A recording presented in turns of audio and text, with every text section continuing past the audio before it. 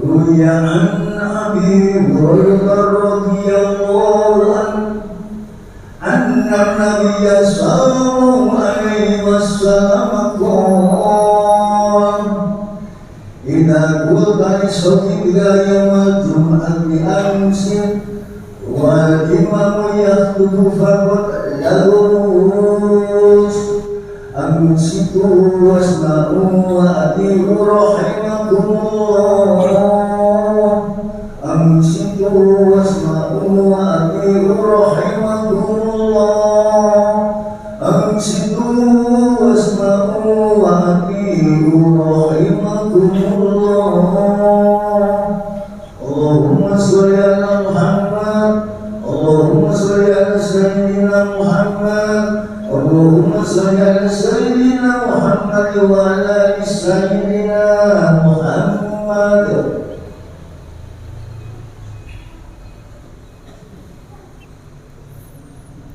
Assalamualaikum warahmatullahi wabarakatuh. Allahu Akbar, Allahu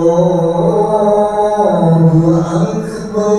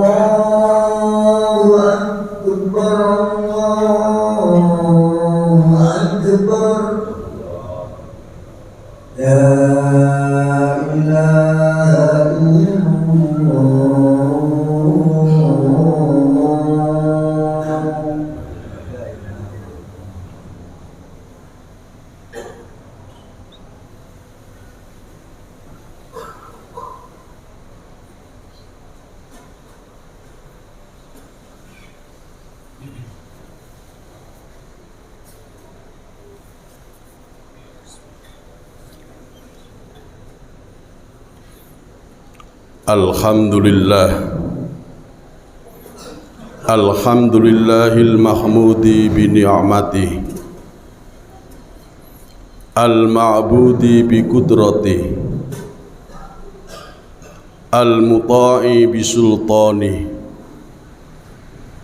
al-marhubi min azabihi wa satwatihi an-nafidhi amruhu fi samaihi wa ardihi alladhi khalaqal khalqa bi qudratihi wa mayyazahum bi ahkamihi.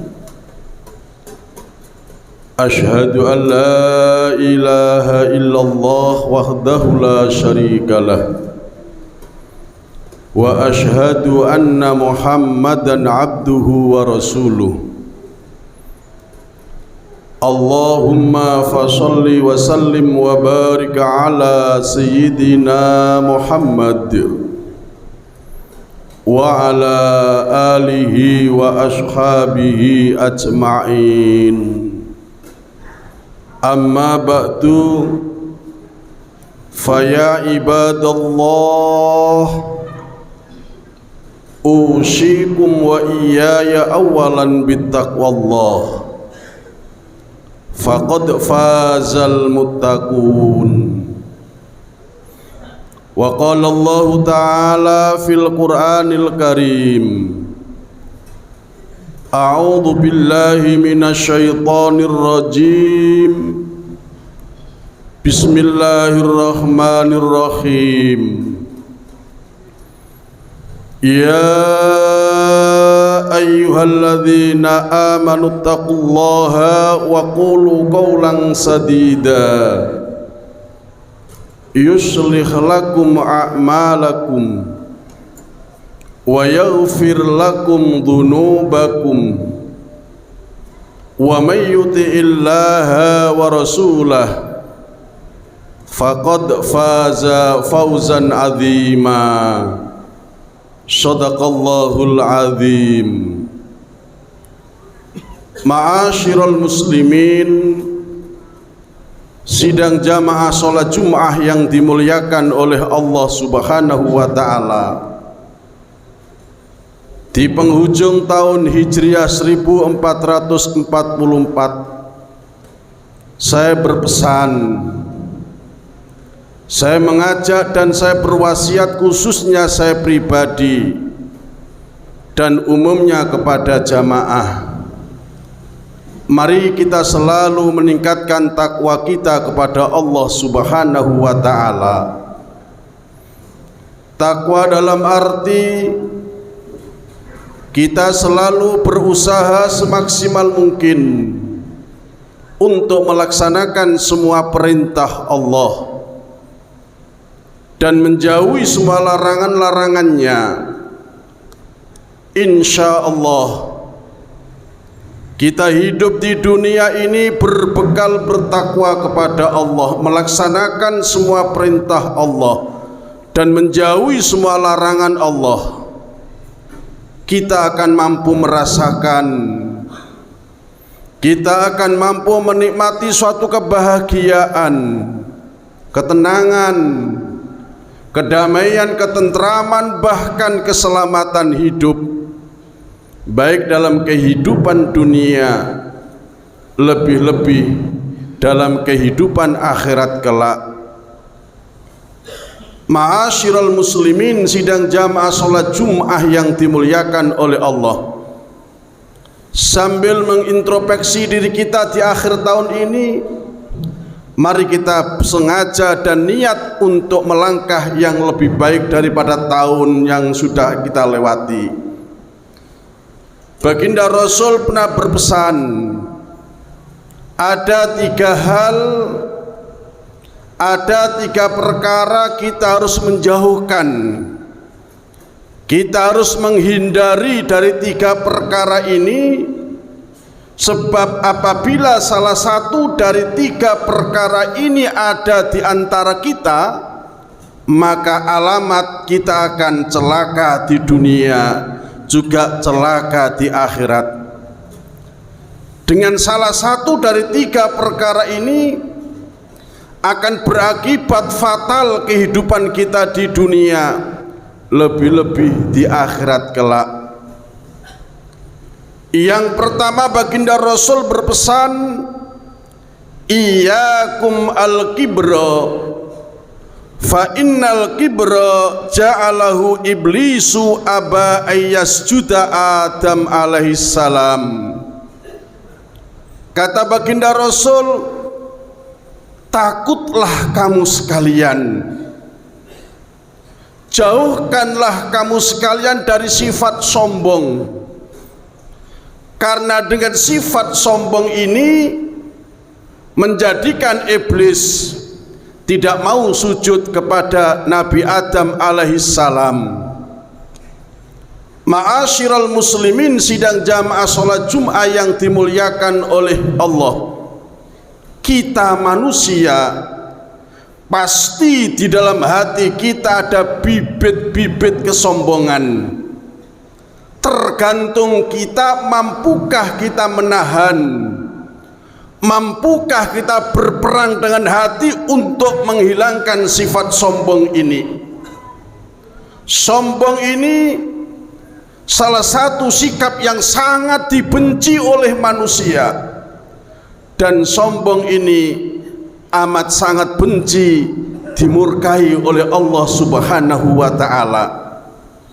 Iblis yang dulunya menjadi gurunya malaikat, iblis yang dulunya ahli sujud rukuk kepada Allah, karena muncul di dalam hatinya sikap sombong, maka divonis oleh Allah, iblis akan dimasukkan ke dalam neraka khalidina fiha abada, kekal abadi selama-lamanya di dalam neraka.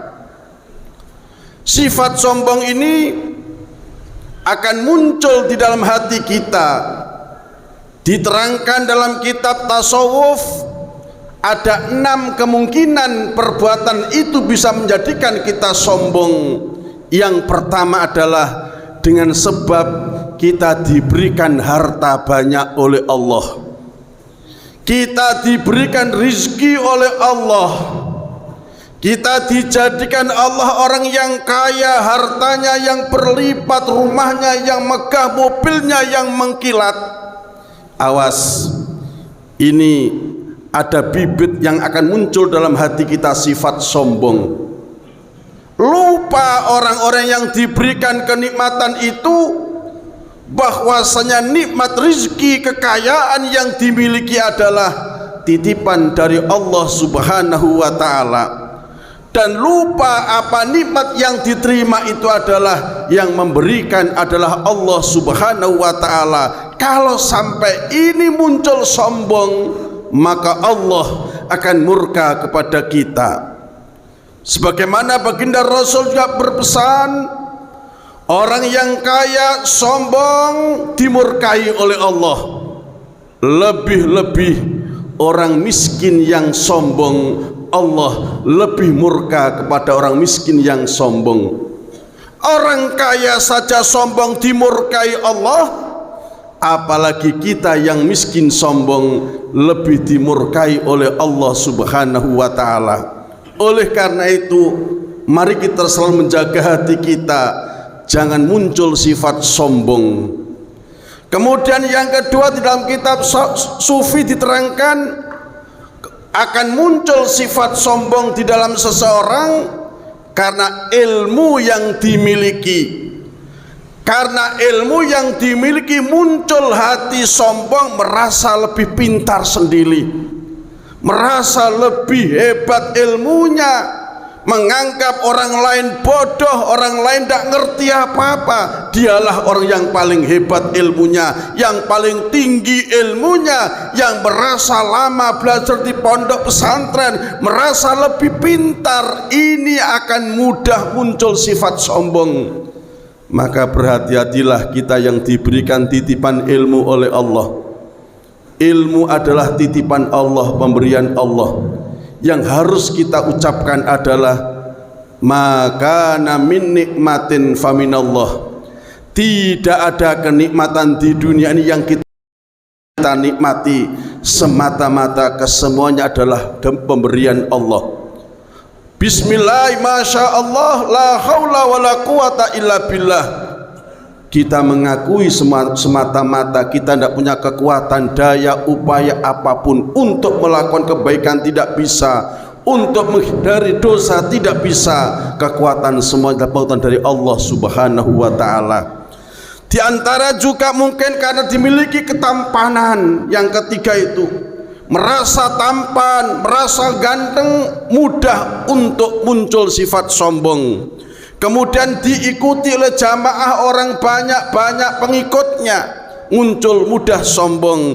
Kemudian pangkat, dan orang kadang-kadang justru orang yang ibadahnya juga bisa muncul sombong, merasa sok suci, merasa sok benar, merasa sok bersih dari dosa, banyak ibadah, tapi merasa itu lebih hina daripada orang yang berdosa tapi mengaku dia merasa berdosa. Al-fajirur raji rahmatallahi ahabbu ilallah minal abidil muqnid. Orang yang banyak dosanya, merasa berdosa, merasa jelek, merasa hina di hadapan Allah dan manusia, ahabbu wa akrabu, lebih dicintai Allah dan lebih dekat kepada Allah minal abidil muqnid, daripada orang yang ahli ibadah tapi mengatakan dirinya lebih bersih, lebih benar, dan menganggap orang lain hina. Oleh karena itu, mari kita sama-sama bermohon kepada Allah agar supaya kita dijauhkan sifat sombong.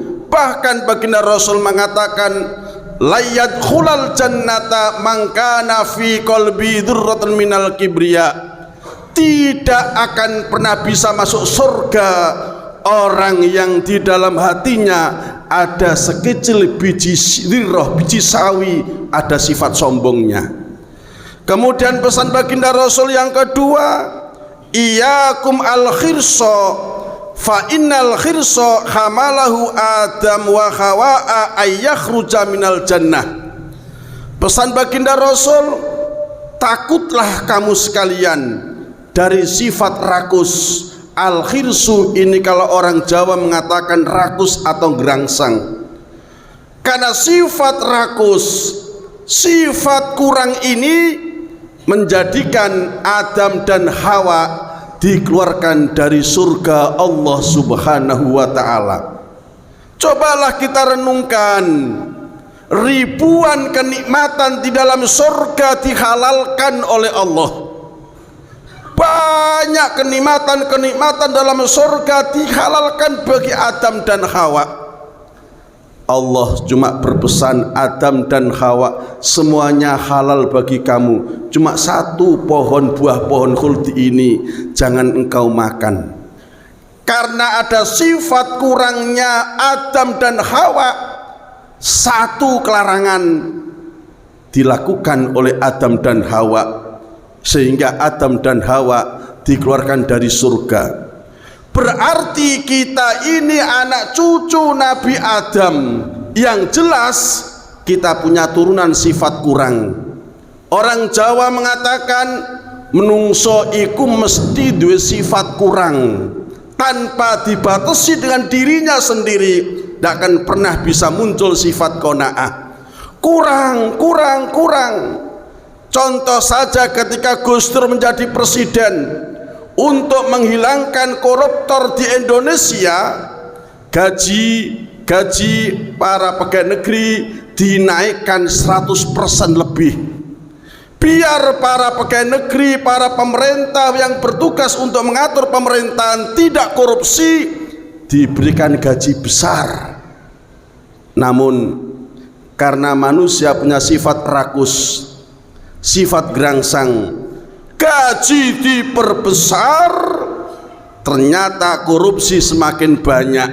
Ini bukti manusia kalau punya sifat rakus bahaya, sifat kurang bahaya. Maka sifat yang terpuji adalah sifat nerimo ing pandum. Kalau dalam bahasa Arab disebut dengan qanaah. Hati-hati kita daripada sifat yang rakus tadi. Apapun di dunia ini kita harus batasi, semua adalah pemberian Allah. Kalau bukan hak kita jangan diambil. Kita harus nerimo ing pandume Gusti Allah. Jangan suka mengambil hak-hak orang lain kalau bukan hak kita. Itu akan menjadikan petaka daripada kehidupan kita di dunia maupun di akhirat. Yang terakhir pesan baginda Rasul, iyyakum wal hasada fa innal hasada awwalu khotoya fis sama'i wal ardi. Pesan baginda Rasul, takutlah kamu dengan sifat dengki, sifat iri. Karena sifat dengki dan iri ini adalah sikap yang pertama kali ada dosa di langit dan di bumi, adalah sifat dengki. Di dalam Al-Quran diceritakan Pertama kali ada dosa di bumi dan di langit adalah peristiwa putra Nabi Adam dan Hawa, yaitu Qabil Habil. Dalam cerita Al-Quran dijelaskan Qabil melaksanakan berkorban kepada Allah, Habil melaksanakan berkorban kepada Allah. Kedua putra Adam ini melaksanakan korban kepada Allah. Ada pendapat yang lain karena rebutan istri disilang tidak mau, tapi yang umum adalah masalah berkorban. Ternyata korbannya Habil diterima oleh Allah, sedangkan korbannya Qabil tidak diterima oleh Allah. Yang Qabil tidak diterima, yang Habil diterima, maka hatinya Qabil muncul sifat dengki. Berarti sifat dengki itu setiap siapapun orang selain kita, selain diri kita, apakah itu saudara, tetangga, teman, mendapatkan kenikmatan, hatinya bedodok, hatinya mangkel. Dengan kenikmatan yang diterima orang lain, hati mangkel, itu sifat dengki. Karena Qabil dengki, iri dan Habil, akhirnya terjadi pertama kali dosa pembunuhan di muka bumi. Dan terjadi dosa di langit adalah pembunuhan antara Qabil dengan Habil. Si Habil dibunuh oleh Qabil. Kalau dari anak Adam, berarti kita juga punya bibit dengki. Kalau kita tidak mampu menahan daripada sifat dengki, maka dengki ini suatu saat akan muncul kepada kita. Dan dengki ini amat bahaya. Tidak perlu kita ucapkan, cukup hati kita mangkel kalau ada orang lain mendapatkan kenikmatan. Itu dengki. Saking bahaya dengki kalau zaman dulu, kedengkian adalah karena masalah ibadahnya Qabil dan Habil. Dan sekarang juga masih banyak dengki dengan saudara. Yang banyak sekarang adalah masalah warisan. Berapa banyak saudara tidak akor dengan saudara? Berapa banyak saudara membunuh saudara, bahkan pakai sihir, macam-macam santet, hanya karena rebutan warisan. Ini muncul dengki yang diwarisi oleh Qabil. Oleh karena itu, mari kita hati-hati. Seharusnya kita seorang mukmin, kata baginda Rasul, al-muslimu alal muslim kajasadil wahid. Orang muslim satu dengan yang lain seperti satu jasad. Ketika orang muslim lain mendapatkan kenikmatan, kita wajib ikut merasakan kebahagiaan. Ketika ada sesama muslim mendapatkan kesedihan, musibah, kita ikut merasakan kesedihan seperti satu jasad yang ada di dalam kita. Insya Allah, ma'asyiral muslimin, sidang jamaah sholat Jum'ah yang dimuliakan oleh Allah, 3 pesan Rasul ini kalau kita bisa menjaga, menjauhkan sifat sombong, menjauhkan sifat rakus, menjauhkan sifat dengki, disitulah jalan menuju keselamatan dunia sampai akhirat, dan hidup kita betul-betul mendapat ridho Allah subhanahu wa ta'ala. Amin Allahumma amin. A'udzu billahi minasyaitonir rajim. Bismillahirrahmanirrahim. Wal 'ashri innal insana lafi khusrin illa alladzina amanu wa 'amilus solihati wa tawashaw bil haqqi wa tawashaw bis sabr. Barakallahu fil Qur'anil azim wa nafa'ani wa iyyakum min tilawati wa dzikril hakim innahu was-sami'ul basir. Allahumma sholli ala sayyidina Muhammad wa ala ali sayyidina Muhammad.